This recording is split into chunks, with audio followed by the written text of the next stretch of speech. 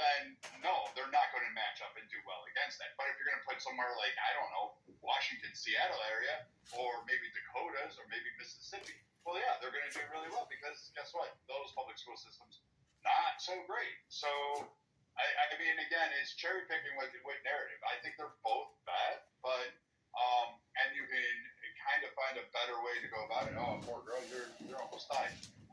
But I mean, at the end of this, you really have to look on a broad nuance. Saying charter schools are just automatically better is absurd. It's like saying, you know, the Army is actually like good. They're just never going to beat Navy in the overall record of football games.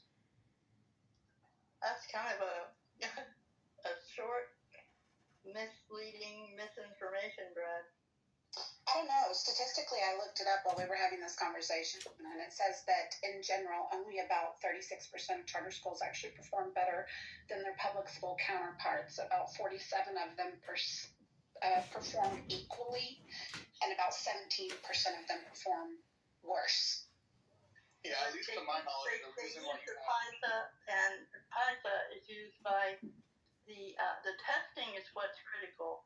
And when you say, okay, here's a Jack and Jill went up the hill, rather than measuring all the angles and et cetera, they test like that. So the public schools water down their tests.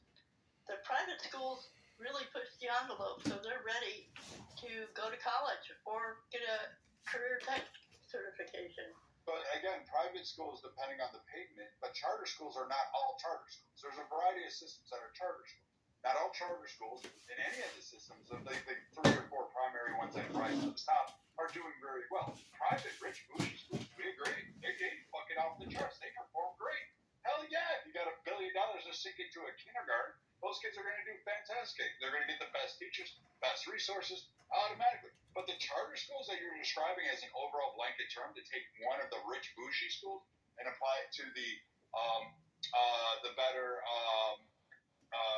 overall chart, that's not fair. That's not even accurate at all. Charter schools are not that much better than public school systems, and both have inherent flaws in their design and tracking on their testing scores that you even cited. But you can come to say, yeah, maybe there does need to be work, and maybe we need to actually just kind of not go charter or public and actually try to figure out the education system as a whole.